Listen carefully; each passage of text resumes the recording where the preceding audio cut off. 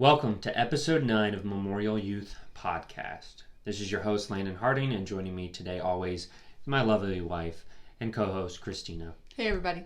The purpose of this podcast is to grow alongside you each week as we look into Scripture and to have a little fun while we're at it. And as you can see, this is the video version of our podcast. We're going to start doing this on our YouTube. If you prefer the audio-only version, check out in the caption below.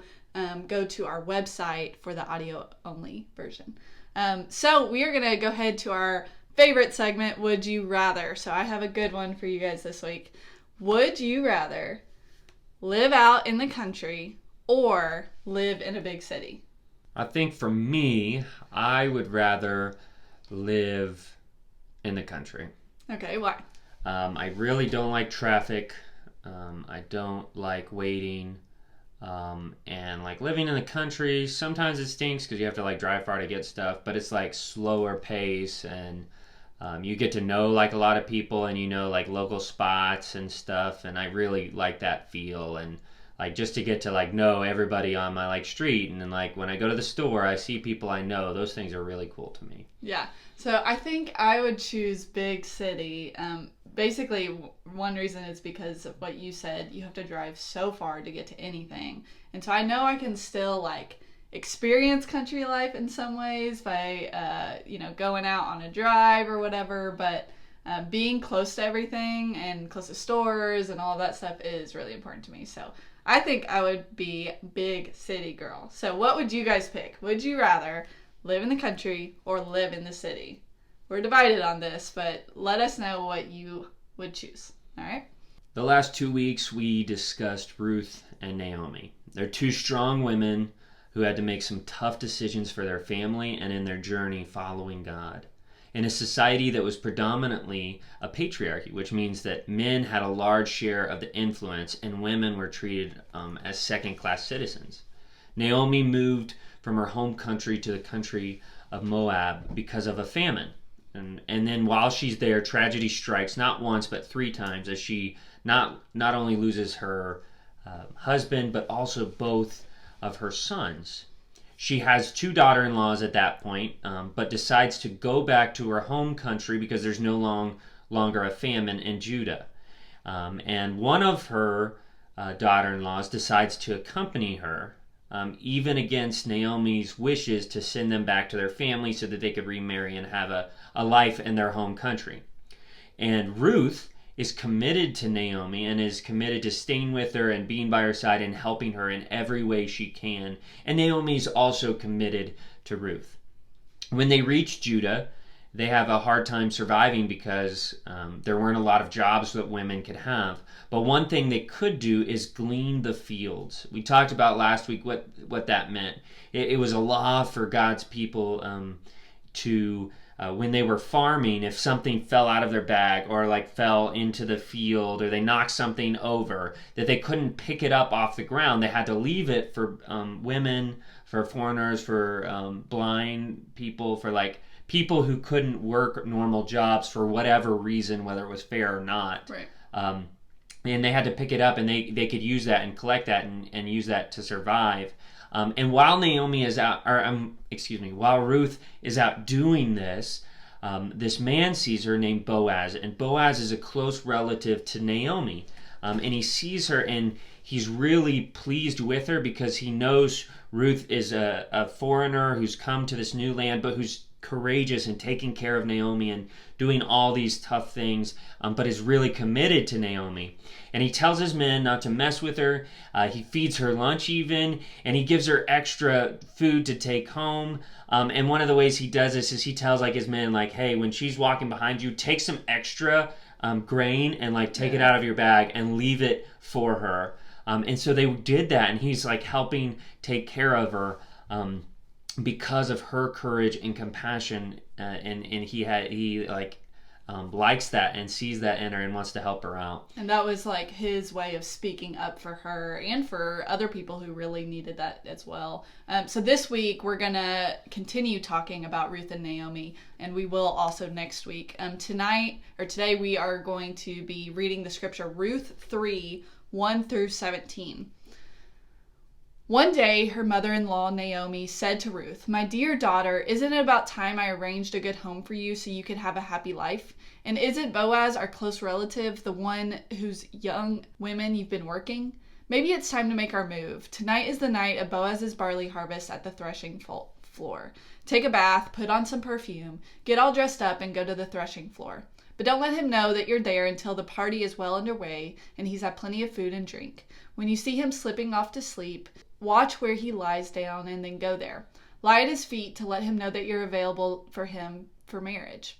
Then wait and see what he says. He'll tell you what to do." Ruth said, "If you say so, I'll do it, just as you've told me." She went down to the threshing floor and put her mother-in-law's plan into action.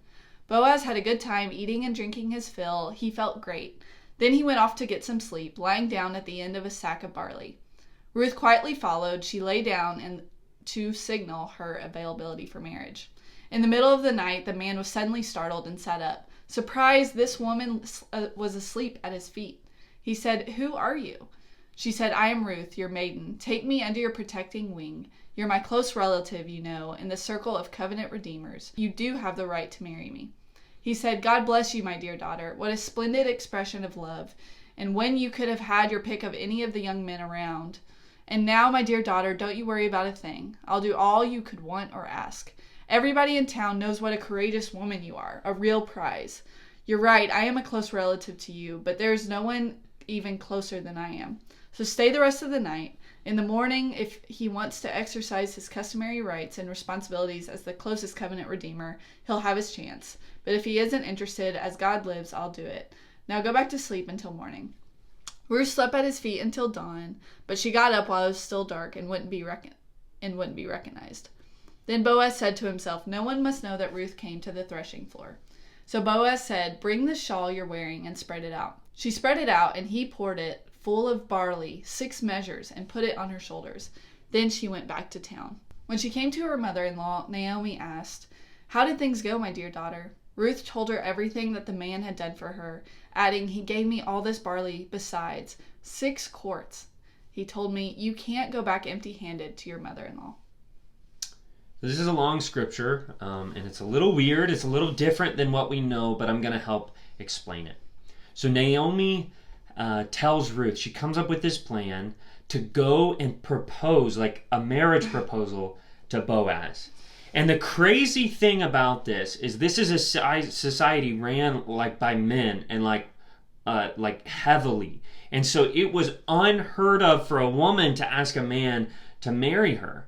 But Naomi comes up with this crazy plan, and Ruth, being committed and trusting Naomi, even though it was against like society custom and culture, even though she could be humiliated and ridiculed, like all of these things could go wrong, she decides to trust Naomi, and she goes along with it. So she like gets all dressed up, all this stuff. She goes and she sleeps at Boaz's feet. And Boaz wakes up, he sees her, and he's like, hey, he knows that this means like she is saying basically, hey, will you marry me? And he thinks, but he doesn't even think that long, and he says, yes, I would love to do that. But there's this little thing that I have to clear up. And it comes back to being what's called a covenant redeemer.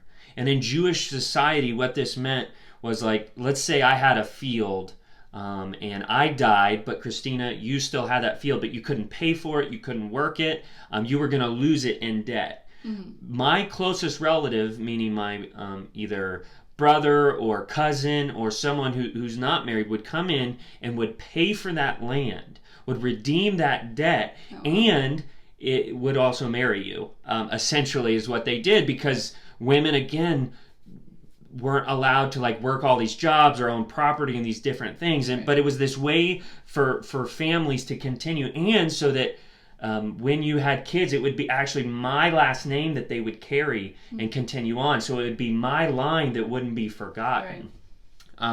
But Boaz isn't first in line to do this. There's actually someone else, and in the next chapter, so next week, we're going to talk about kind of that interaction and what happens. Oh, love triangle coming. A love triangle of some ways. But he decides, hey, I will marry you. I will redeem the land for Naomi and her ancestors and those kind of things. And then he does this awesome thing too, is he just like continues to show generosity. Yeah. And he pours her a bunch of food. And so even if he's not marrying her, he's taking care of her and Naomi. He cares about her, and he knows like she's a good person and a woman of God, which is cool. Yeah, and so what I want to talk about is, what does this say about the different people in this story? So let's talk about Naomi.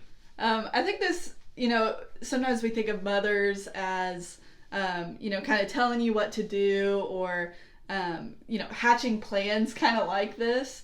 And that's what Naomi's doing. She's like hatching this plan, like, hey, this is how you can get the guy. And so it shows that she's, wise and has experience. So she's kind of giving advice to Ruth, like, hey, this is something that you could do that could be really good for your future. And so I think, that we can relate to people these days. Is like, we want the best for our friends. I mean, how many times have you told your friend, hey, you should do this, and that would be like really cool for you to do. So I think this is kind of something Naomi's doing, is saying, hey, I have this idea, I know this is good for you, and I have this experience and wisdom, so I'm gonna like say, hey, you want to go along with this plan? And I just think that's really a cool like mother-in-law move, but also just a cool almost friend move, because at this point they're not really in-laws anymore, but they are connected. They're like partners, they're friends. So I think that's really neat of Naomi to do.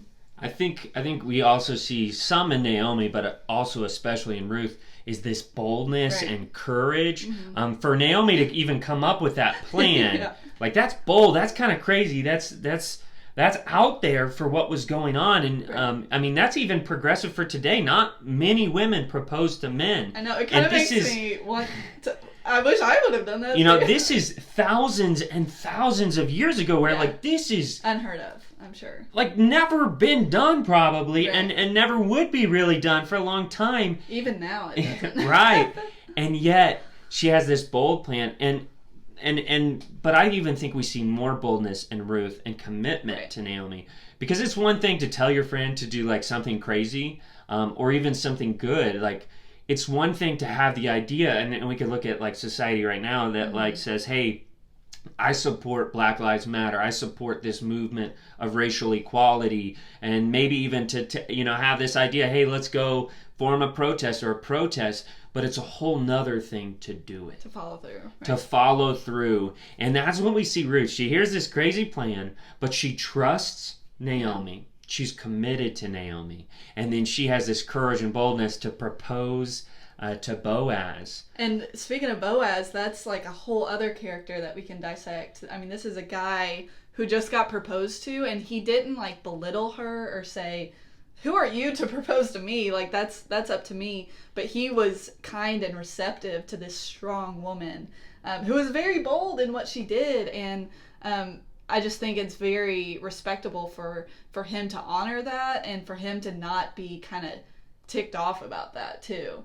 Because I feel like even a man today might feel a little insecure by a woman proposing. So I think that's really interesting that this guy, he's just such a good guy, and he cares for this woman so much that he was like okay with it. He seemed like, I think also in Boaz, it's easy for men back then and today to be intimidated by strong, right. courageous, brave, and bold women. And that's not right. That's something we have to fight against, as society has been fighting against it for a long time, is like, women are just as strong, just as capable, just as brave and courageous as men, and yet men sometimes feel inferior, but he doesn't. Yeah. Right? He like sees this strong woman, and even more than just being like okay with it, he like tells her, hey, you're awesome. Yeah. You're proposing to me? Like, so cool. Every single person out there, you could have any man in this town, any right. of the young, strong, good-looking, smart, rich guys, you could go to any of them. But you're choosing me? And he's like fond and continues to see her, not just courage and boldness, but her compassion for Naomi, right. and respect it. And that's pretty awesome. And so I think one of the things that we see, and we're going to move on to our next discussion question, mm-hmm. in society or in the world we live in, is that there are some standards that were then in society and now that aren't that important. And even some standards that cause harm to a particular group, such as women or foreigners or people of color or all kinds of different people. And we have to be careful because sometimes those are laws, sometimes those are just traditions, sometimes it's things we just do and don't think about. But all of those things can really harm minority groups. And so we have to be really careful about our world, and we have to ask, like, what is important? Right. What's good, not just for like the majority, but like what's good for all people, and what's harming people, and how can we move forward and get better at those things? I think it's questioning the things in the world, and you're talking about those traditions or just those ways of life that we've been accustomed to since we were born. Making sure, hey, are these things aligned with the Bible? Like, are these things aligned with what God would want in my life? Are these things aligned with what Jesus would do if he was here on earth?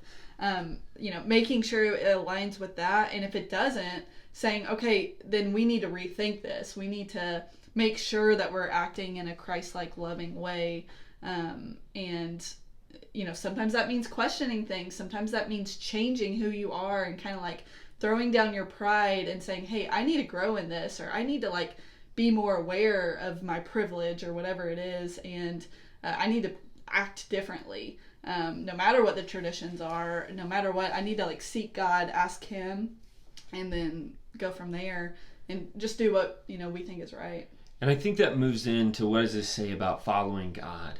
Is that sometimes the people of God need to speak up or defy society, laws, or tradition because society is wrong. But we need to do it in the right way, in a loving way, in a way that protects and still witnesses and that says, hey, look, I'm a person of God, a person of peace, a person of love and forgiveness and grace and mercy. I'm a person of all these things, but also I'm not going to stand and be quiet or sit down and be quiet when there are things that aren't right, when there is injustice against people. We are so called to stand up, to speak to those things. And I think it's really important for us to know that not only are we called to speak, but we're called to speak kindly and truthfully and with love. And so we got to do it in the right way. Yeah. The other thing I think this says about following God is that some things that have always been done aren't good, but some things we have always done are good. And we got to be careful. It's not that we say like every tradition, everything we've ever done repeatedly, we need to throw out. Because Boaz is actually following some of these laws. This law of the Redeemer was this awesome thing, this awesome law that helped people experience debt-free, like forgiveness, right. Kept people out of jail, kept people from being homeless, kept people, from dying of hunger, like all these things. And then the other thing is gleaning. We talked about that last week, but that was a tradition, a law, and a custom of taking care of people and helping take care of people who couldn't necessarily do that for themselves. And that's a really good custom and law. So really, I think the word discernment, I feel like we've talked about discernment before in youth group, is really where we are in this. Is like discerning whether something is right or wrong, or whether there is a better way of doing something or not. So kind of discerning is figuring out, through all the tools that you have, through wisdom, through speaking with God, through maybe even talking to other people, having these kind of discussions, then we can maybe discern what is the best thing for what I need to be doing. So I think that's, discernment plays a big part in these type of things. I think you're absolutely right. And that kind of leads us to our last question, is how can we live this out this week? Yeah, I think we need to be careful about why we follow society's norms, and we need to discern what God would want in any situation. So just like what we've been saying is kind of questioning those things that maybe we've learned but maybe aren't right, making sure we are doing what is right. And, that word discernment, figuring out what God would want in any situation. I know y'all probably have heard of those WWJD bracelets. I used to wear one of those all the time growing up. And I think that's a great way to live our life is, hey, in this moment, in this civil rights movement, in this Black Lives Matter time in our society, what would Jesus do in this moment? Would he stand up for Black lives, for those of people of color? Yes. And so I think in these situations, in the situation that Boaz was in the situation Ruth and Naomi were in, of course Jesus hadn't come at that point, but now we have this whole Bible that we can look at, and we could say, what would God want us to do? What would Jesus do? And I think that's a good way to live our lives, is acting in that love of Jesus Christ. And I think this week, if there are like 3 characteristics I see in these 3 people, I think, and we're called to act that way, is we see this wisdom of Naomi, to plan, to think, to discern. And then we see this courage of Ruth to be strong and bold, and to stand up.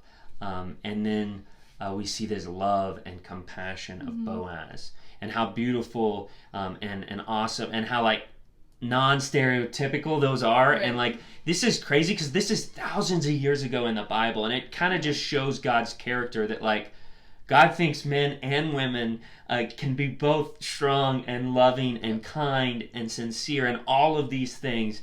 And I think that's pretty awesome. And so this week I want to challenge you and encourage you: act with wisdom, act with courage, and act in love. Would you pray? Yep. Dear God, thank you for today, for everything you've given us. Thank you for your wisdom. Thank you for your courage. Thank you for those who acted before us so that we could be in a better place today. Continue to give us courage and love to meet whatever needs arise in our community, in our world. We pray this in your holy name. Amen. Amen. Thank you for joining us this week on Memorial Youth Podcast. Tune in next Sunday for episode 10, the conclusion of our series on Naomi and Ruth. Remember, you are loved by God, and you are loved by us. See ya.